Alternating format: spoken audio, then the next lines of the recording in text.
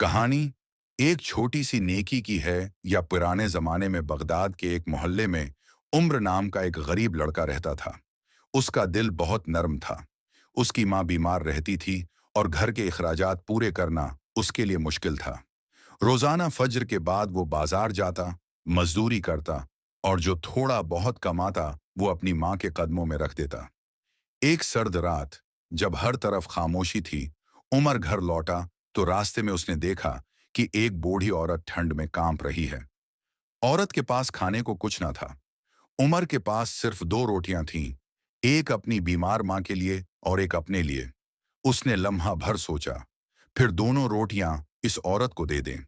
बूढ़ी औरत ने दुआ देते हुए कहा, अल्लाह तुम्हें ऐसी खुशी देगा जिसका तुमने कभी तसव्वुर भी नहीं किया। उमर मुस्कुराकर घर वापस आ गया। उसने मां से कुछ नहीं कहा कि कहीं वो परेशान न हो जाए। अगले दिन वो मजदूरी की तलाश में बाजार गया, मगर काम नहीं मिला। पूरा दिन धूप में खड़ा रहा। रात को घर वापस आते वक्त वो थका हारा बैठ गया। अचानक उसकी नजर जमीन पर पड़ी। वहां एक छोटी सी थैली पड़ी थी। उसने थैली उठाई, खोली। अंदर सोने के सिक्के थे।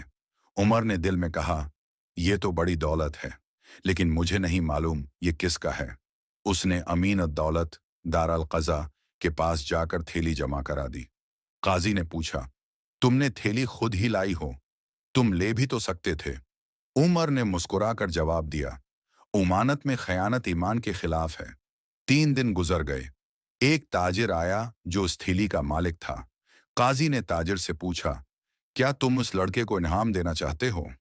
ताजिर ने हैरत से उम्र को देखा और कहा, यही वो लड़का है जिसने 2 रात पहले मेरी मां को खाना दिया था। वही बढ़िया जिसे उम्र ने रोटियां दी थीं, उसी ताजिर की मां थी। ताजिर ने रोते हुए कहा, मैंने बहुत तलाश किया, आज अल्लाह ने मेरी मां का हक अदा कराया है। ये दौलत तुम्हारी है। उमर के आंसू निकल आए। वो समझ गया कि अल्लाह किसी की नेकी जाए नहीं जाने देता।